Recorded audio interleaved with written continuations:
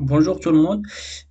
Aujourd'hui, je vais vous montrer une astuce, comment on pourra programmer le STM32 avec C++. Donc ça, c'est une question qui revient souvent. Et aujourd'hui, on va voir comment on pourra. Parce que comme vous savez, C++, c'est un langage, il est plus développé que C. Donc, par exemple, en C++, on a beaucoup d'outils, on a beaucoup de choses qui simplifient la programmation, comme par exemple l'orienté objet, les classes et tout ça.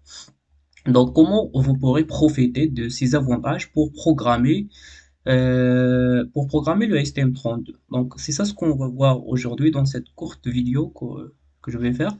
Donc là, par exemple, premièrement, on va générer un code. Après, je vais vous montrer comment on pourra programmer par C++. Par exemple, on pourra même mélanger les deux langages, c'est-à-dire programmer par C et par C++.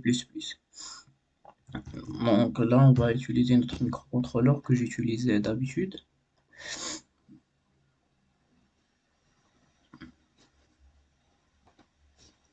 Donc là, juste pour vous montrer l'exemple, donc on va par exemple juste utiliser par exemple la pin 5 qui est reliée à une LED pin 5. Donc là, je vais l'utiliser comme output, donc je vais choisir output. Pour l'horloge, je vais laisser par exemple par défaut l'horloge interne de 16 MHz. Là, je vais générer par exemple pro C plus plus. Là, par exemple, on va utiliser notre application. Donc, on va utiliser le cube IDE. Donc, je vais choisir le cube IDE. Après, on va générer.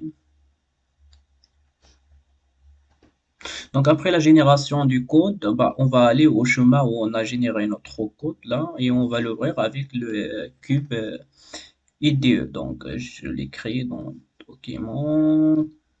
Donc là, et je l'ai appelé proxy++. Donc là, donc je vais l'ouvrir.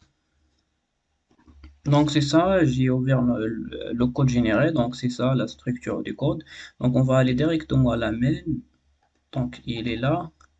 Donc on va envoyer la main, le fichier main, il est .c. Donc si on va par exemple compiler maintenant, donc vous voyez que tous les fichiers ils sont compilés avec le compilateur de GCC, c'est-à-dire le compilateur de GCC c'est de C. Donc maintenant, donc ce qu'on on va laisser que ça se termine. Après, je vais vous montrer comment on pourra utiliser le compilateur de G++. Donc c'est-à-dire le compilateur de C++. Donc là, il est tout compilé. Donc là, ce qu'on va faire, on vient là et on clique à droite et on fait convertir to C++. Donc là, une fois qu'on a fait ça, donc on va venir à notre main et on va la nommer. On va la faire renommer, on va faire pp, donc point cpp, c'est-à-dire l'extension de C++. Donc là, c'est tout est bien. Donc là, si on recompile notre programme, on va faire juste un actualiser. Donc si on recompile notre programme, vous allez voir que le fichier main, il est, il est compilé par G++. Non, là, il y a une erreur. Les gars, il fallait juste faire une clean. Donc là, on va attendre. Il fallait juste faire clean project pour que les compilations précédentes soient supprimées. Après, on va recompiler notre programme et vous allez voir que le main.c, il s'est compilé par G++. Là, par exemple, tous ces fichiers .c, ils sont compilés par GCC. Mais là, par exemple, pour le main, il s'est compilé par G++. Ça, c'est bien. Donc maintenant, ce qu'on va faire, on va par exemple ajouter là une bibliothèque qui sera à 100% écrite en C. Par exemple, on va ajouter là, par exemple, on va l'appeler library. Library.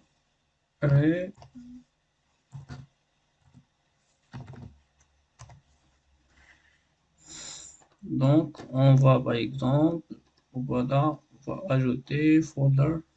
On va par exemple ajouter on va ajouter aussi le folder pour les sources. Donc on va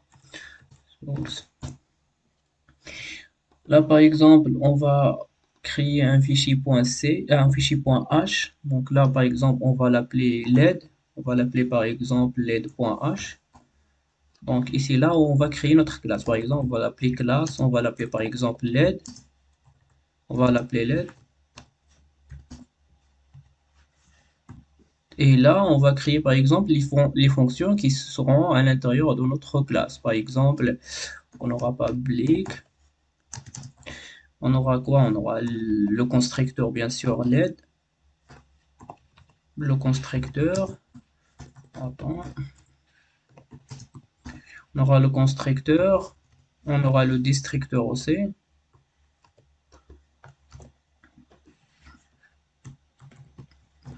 Et par exemple, on aura d'autres fonctions. Par exemple, on aura la fonction, par exemple, out LED, par exemple, active, voilà. Je sais pas, LED allume, LED par exemple allume, et on pourra aussi avoir d'autres fonctions. Par exemple, ça, on va venir par exemple là, on va créer une source. Par exemple, on va l'appeler LED.cc.cpp, vu que ça sera en C++. Donc là, par exemple, on va par exemple inclure le fichier .h, .led, led.h. Et là, par exemple, on va initialiser les fonctions qu'on a mis dans notre classe. Là, par exemple, je devrais renommer ça un petit, donc renommer ça, c'est led. Petite LED. Les deux fichiers devront avoir le même prénom. Donc là, le même nom. Là, par exemple, on va venir initialiser cette fonction-là. La classe, elle s'appelle, donc là, elle devrait juste en faire comme ça. Et là, on va faire ce qui devrait être dans notre fonction. Par exemple, pour notre cas, on va rien faire à l'intérieur. Donc, on devrait aussi faire pour le constructeur. Donc, si tu veux, par exemple, là, on a créé bien une bibliothèque en C++. Et donc là, par exemple, on va venir à notre main. Et là, par exemple, on va inclure la bibliothèque qu'on vient juste de créer. Par exemple,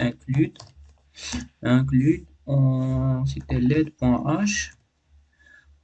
Et on vient, par exemple, dans le main et on va créer, par exemple, notre classe. Par exemple, le classe qu'on a créé, c'était led. Donc, my led. Et là, par exemple, on pourra appeler les fonctions qui se trouvent dans la classe. Donc, par exemple, point. Et là, par exemple, on a toutes les fonctions. Par exemple, allumer. Donc, si on veut allumer la ligne. Et la prochaine chose qu'on devrait faire, c'est qu'on devrait ajouter le path, ajouter le chemin pour le compilateur. Parce que le compilateur, il ne sait pas où se trouve notre bibliothèque. Donc, il faut bien ajouter le chemin de la bibliothèque. Il faut l'ajouter là, dans C++ et pas dans C. Donc là, on va venir là, on va faire add. Donc, workspace, on va aller dans notre workspace, librairie qu'on vient juste de créer. Donc, on va l'ouvrir et on va ajouter le dossier où se trouve le point H. Donc, on l'ajoute, OK, appliquer, sortir. Et là, bah, on va compiler notre programme. Là, on a des erreurs. Bah, l'erreur qu'on a fait, c'est que on a le constructeur, il ne retourne rien. Donc là, il faut enlever le void parce que le constructeur, il retourne rien. Donc, il faut jamais, il n'accepte pas des variables de retour. Donc là, on va recompiler notre programme. Et ça, c'est compilé. Donc, comme vous voyez là, par exemple, les fichiers .cpp, ils sont bien compilés avec G++.